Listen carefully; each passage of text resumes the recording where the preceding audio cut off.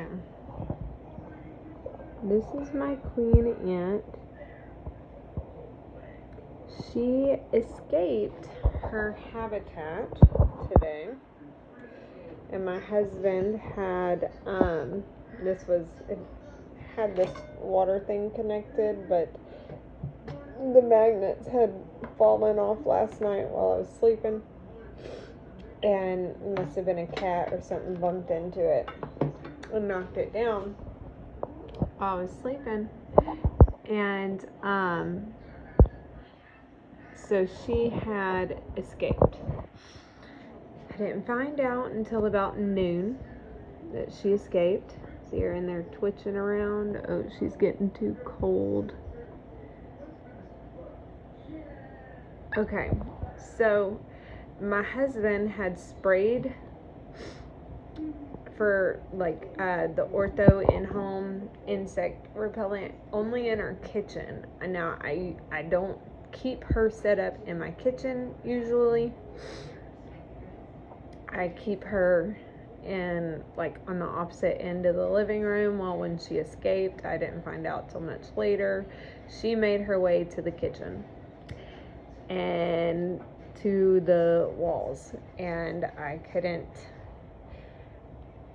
found her as I was sweeping this evening, and she happened to, I guess, find the insects spray stuff, and she was dead. Like when I found her, she was dead, curled up in a ball, dead. I was just about to throw her away when I noticed like an antenna, or I think it was a leg, just barely moved, but she was still curled up. And the type of poison that we use is the kind that kills insects on site pretty much. It attacks their nervous system and kills them. Okay, it's not dangerous to people. It's the like bifenthrin or something. I don't know how to say it, but it's like BIF something or other. But it's not harmful to people because guess why? Our body temperatures are too high. Well, ants have a much lower body temperature than we do, and so it kills them very quickly. I found out because this is the second queen ant I have been through. The first one was packaged wrong, so she drowned. This one, I could not do buying another one because I got these for my son for his birthday. And we still have yet to have a colony out of any of them. And so I was trying to figure out how to possibly help her, since she was, since I still saw some twitching. I was thinking maybe nerves, like she was probably already dead, but I was going to try. And so I started doing all kinds of stuff. First I sprayed her, like I misted her. I have this little bottle mister, so I didn't know just yet. That's about what it does, just a little mist. I didn't know if it was the type of poison at first that dries out their exoskeleton. So I was misting her to try to keep her moist. And then I would blow on her, and I don't know why I was doing that, but at some point she curled up like all the way and quit moving.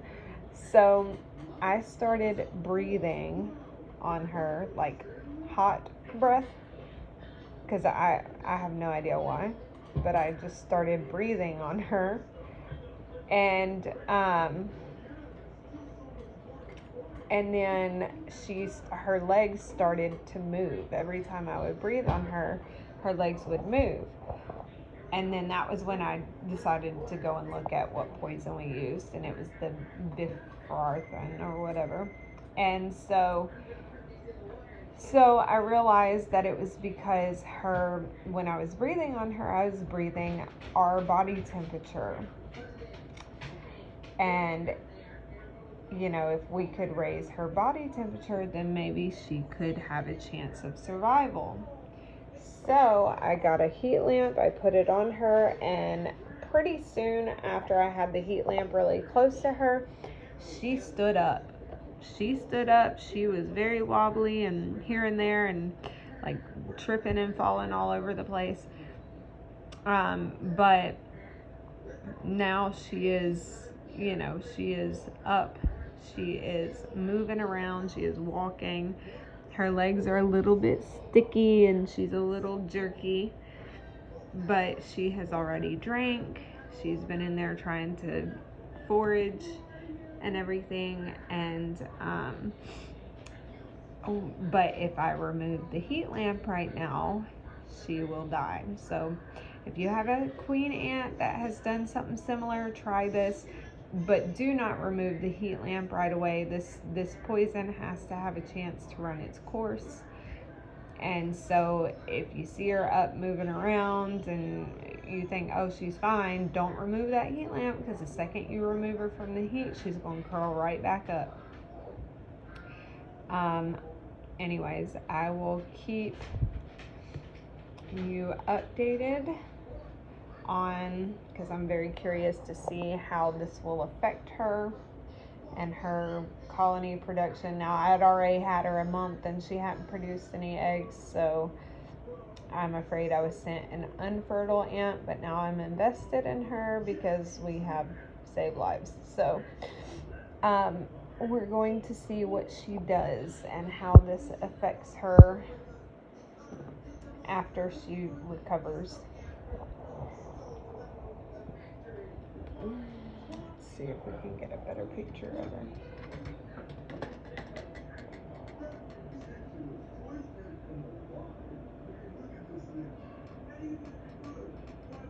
There she is. In all of her glory, the ant who survived poisoning. She will be, oh snap. She will be the ant who survived poisoning. That's who she will be. So, wish us luck.